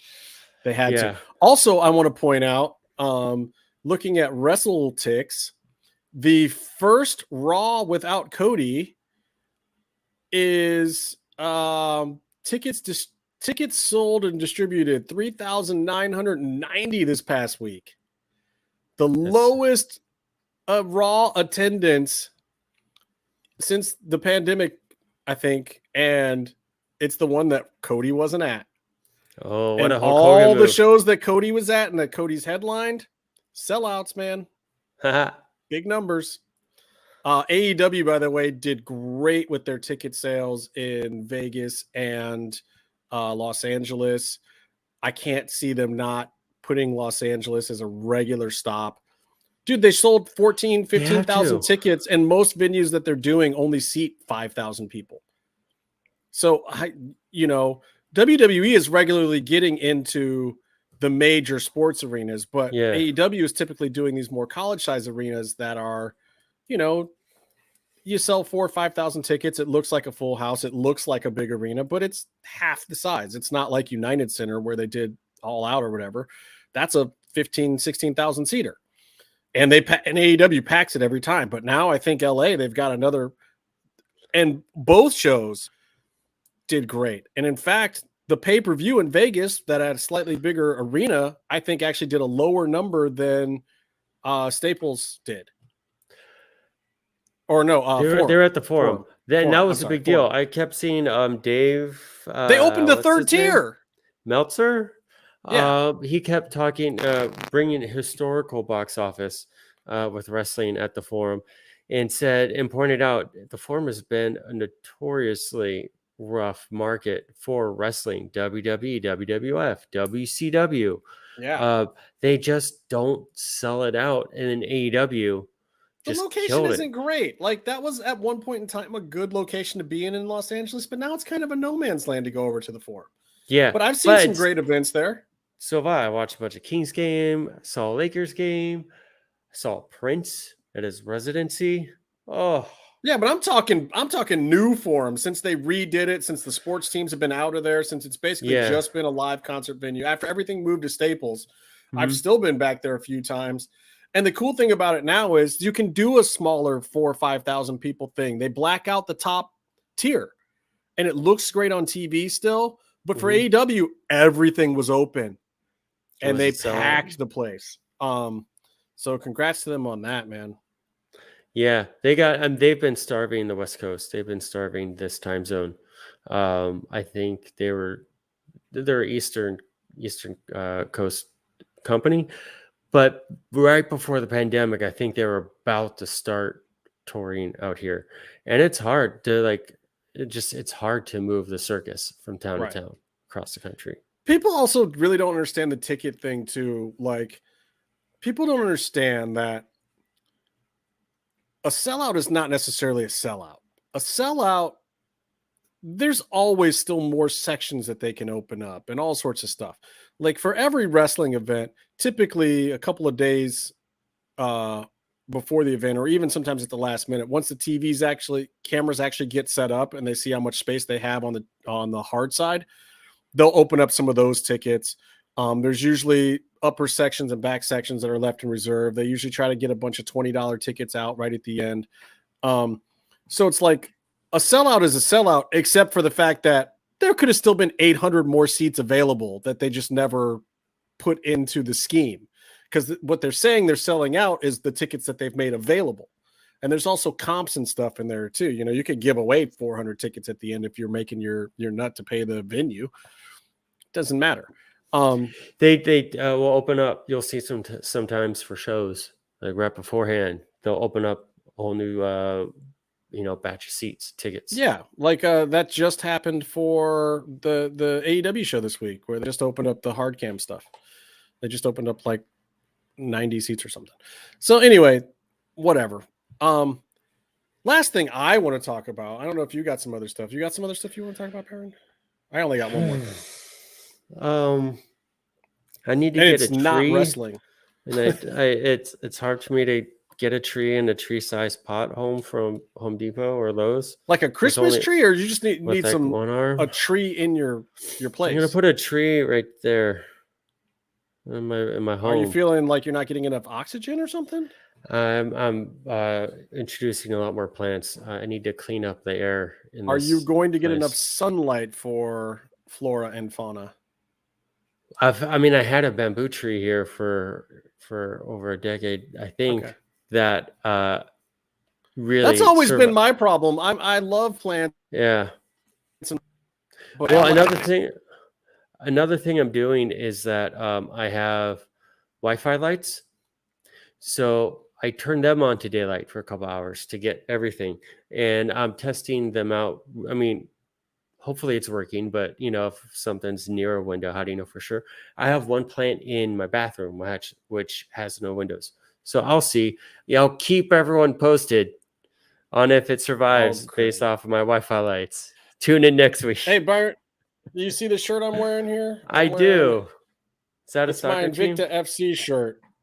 There's a reason why I'm wearing this shirt, because so a few weeks ago, Felice Herrig retired from MMA. And she's had a great fight, but yeah, maybe she was a little past it, and she was just like, I told myself, and sad but happy moment. Like, look, she's had a great run, she's had a great UFC career. She should clear it from her brain. Like, I know she was out at Jeff Kearns, who's an awesome guy out in Crystal Lake up in there near Chicago. Felice, super nice person and really hard worker. But, there's a time. And then what? Something happened that was good? Oh, hi, Mel. Rosa. Hi. We talked all about that match that everyone thought you were sandbagging, and I went through step by step why I did not think that was the case. I agreed with Justin. I hope you got to hear some of it, but I think that there's some bullshit out there going on. It's a bunch of nerds who read something and then they just repeat it. I think it's a lot of people who think they know something about wrestling that don't know something about wrestling. But whatever. I wanted to go to the show Sunday, but I already have tickets to see Kevin Cross at Circle 6. And if I don't do that, he has a standing The reservation. moral of the story is if you're in Los Angeles and you don't go see some of our friends at one of these shows this coming weekend, you're crazy. Either go to the Republic of Lucha show, go to Circle 6, somebody go out to a wrestling event. Go to event Republic of Lucha. There's great talent on all of those shows. Yeah. But so I want to say, so Felice Herrig retired. Then Joanna Jędrzejczyk retired this weekend. And yes, I said Jędrzejczyk, I think, right. Joanna Champion, who hasn't been champion for a while. And Holly Holm lost recently too, which sucked, but she just got put into the Hall of Fame. So I was kind of reminiscing. And then I heard Ronda Rousey talking about like how much she wanted to fight Gina Carano. Like that's the one person she would come out and see. Oh yeah, Anakin. This is going to be great. What's the whole card? Didn't we read that card down? We read the whole card. They're going to fight Sky Blue and, sorry, Justin, don't get mad at me, Black Danger. Why you can't say Black Danger? It's gonna be. Those two words next to each other. I feel like it's not my fault. I didn't do that. It's only as racist as saying stranger danger, and I say that every time you walk into a room, Byron. So yeah, because your mom raised you right. That card is gonna be awesome. And Thunder Rosa, you got to tell Slice Boogie what's up. I love that dude. I have seen him wrestle a ton of times on the indies, and it just entertains the crap out of me every single time. I don't know what it is. He's mean as shit. He never said anything nice to me.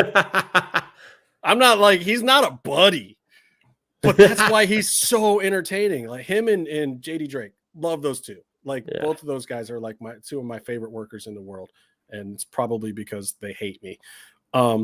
So I was reminiscing, Byron, about female MMA, and it's the Tyron Woodley thing. It's like these are my era of female fighters, and they're kind of getting to a point now where they're past a little bit. And even Ronda Rousey saying that she would come out of Iron for Gina Carano. I said to myself too, I was like, yeah, but don't forget my girl Julie Kedzie was on the other end of that Gina Carano fight that made Gina famous. Like it took two people there. So don't sleep on Julie. There's pioneers in that business. It's harder. Like you looked at Joanne and it's like they're at a point where they want to have families. You could be a male fighter and have a family and fight. For other women, they have to go away and then come back and then retrain their bodies and this, that, and the other thing. Like, it sucks. So I feel like, maybe Felice or Joanna had another fight or two in them, but at this point they're like, man, I got to get on with life. Like there's stuff that I've had to put so on hold to do this for you people. And, it's the same for female professional wrestlers too. And I'm glad to see a lot of them that are back in the game, like Becky Lynch being able to just come back in. Like, I mean, we were impressed when Melissa Santos was like, she had a kid and then we're like, wait, you're not supposed to be here. It was like 3 weeks after she had her baby and she was back ring announcing and like, she didn't miss a beat, but then it also made me think about my homegirl, Yaya Rincon. And that's why I'm wearing the Invicta shirt. I saw Yaya in Invicta in St. Louis. I went to New York Rick afterwards and I was like, Rick, you got to get me a shirt. He was the one who told me to come out to the event, Cleveland homie that used to do Ariel Helwani's show. And I was like, that girl Yaya, that's the most fun I've ever had watching a fight. And we're talking like she was second fight on an Invicta card one night. But I was sitting next to her mom and some of her peoples. I had never seen or heard anything about her anymore. And she came out, she was jacked. And she just beat the brakes off this girl. And a tough fight, too. They were very evenly skill matched, but she won and she just had fists of steel. And I just loved her as a fighter. And then, she took time off. She had a kid. And her life has progressed in kind of a different direction. She had one attempt at a comeback fight that didn't go so well. But I was looking at some of her social media the other day, and you could tell she was just having that moment of coming to terms with the fact that she's not going to be a fighter anymore. Like she's a mom now. She's going to be taking care of her kids. She's doing some Twitch stuff and gaming and OnlyFans and whatever. But like, it sucks. It totally sucks. It's like, yes, you do have another calling in life now, and there's nothing wrong with that. You shouldn't be ashamed for a second. Like you were like your kid should grow up being able to say, my mom will kick your mom's ass for every day of her life. And all the moms that get into the ring, it's just amazing to me. So with some of my favorite ladies having left the business now of fighting, I just want to say I enjoyed every minute that you gave me in the cage, and that I get it. And it's still all greatness. I hope that none of these ladies, not Julie Kedzie, not Holly Holm, not Felice Herrig, Joanna Jędrzejczyk, and Holly Holm's still fighting, by the way. But she just got into the Boxing Hall of Fame, and I'm like, I want to see her get into the UFC Hall of Fame. When she head kicked Ronda and put her out, nobody except me, because I had money on it, thought that was going to happen. And that's just a cool thing to see. And, I want and hope that all of these other ladies that are coming up are inspired by them. Not just Ronda being inspired by Gina Carano anymore, but by the girl that's inspired by Ronda, then that girl inspiring another one. The stuff that Mask told me when we were doing the Tap Out show of, if he doesn't have to be the one to reach 1 million. He just wants to be the one to reach one person that can reach 1 million. And I think that Julie Kedzie and Gina Carano, with that fight that they had, did that. We have a whole huge division of a sport. We have women headlining these events, being champions now. That was not the case at the time. There were no women in the UFC then when those two women fought. They were pioneers, and it led to the Felice Herrigs getting a chance. And, so many just talented fighters coming up. So keep it up, ladies. Love all the hard work. I'm still watching. I'm still a fan. And I want to see more women headlining, not the second headliner. Make it the main show. Give me Thug Rose coming back for her belt. Make it the main event. Maybe not against Carla Esparza again, because that fight was kind of boring. But whoever takes it off of Carla, have her fight that. Put it as a main event. I want to see it. I'll pay money for it. You got my money. That's it, Byron. You got anything else? I had to get in my 2 cents, man. No, that's awesome. Someone just commented, I can't believe AEW betrayed Jeff Hardy. The dude got his 23rd DUI. He got arrested on a on the fresh license. news. Do me a favor. Go find the video of him doing the drunk walk. And you tell me that AEW he betrayed himself. He couldn't stand straight and say his name. He got a DUI when the sun was out. Bro, DUIs kill people. Yeah, that is attempted murder. You can't keep that guy employed. And look, and they didn't even fire him. They just said, Jeff, we'll help you out. We'll get you some rehab, buddy. You can come back whenever you want. We're going to clear a little bit of your money off of our salary cap. We're not going to pay you good money to be a fuck up, but as soon as you're ready, we'll talk. Come back. He's still got a job. He's still a big name. You know? Oh, God. Oh, man.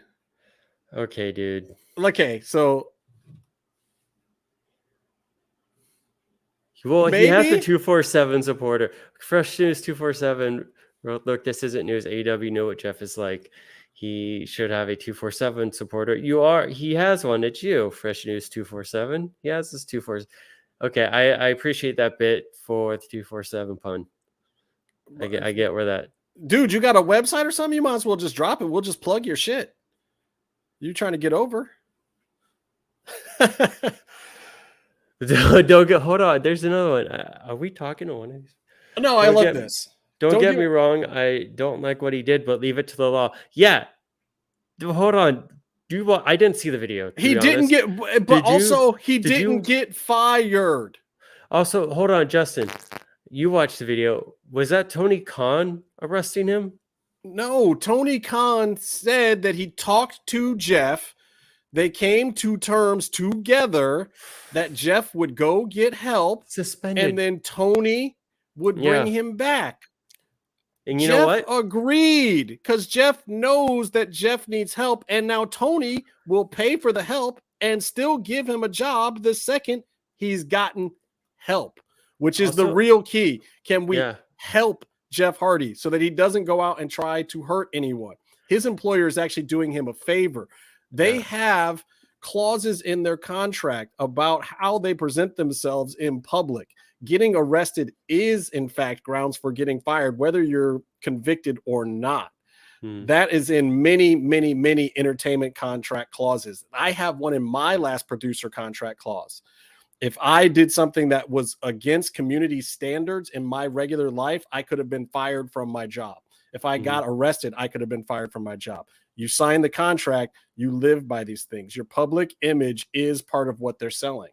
Yeah. And also, if you have a regular job, you can still get fired for a DUI. I think Tony Khan made Jeff look better in the media. So I think he single-handedly saved Jeff's career by saying that Jeff wants to get help and I'm going to help him get help so that he can come back.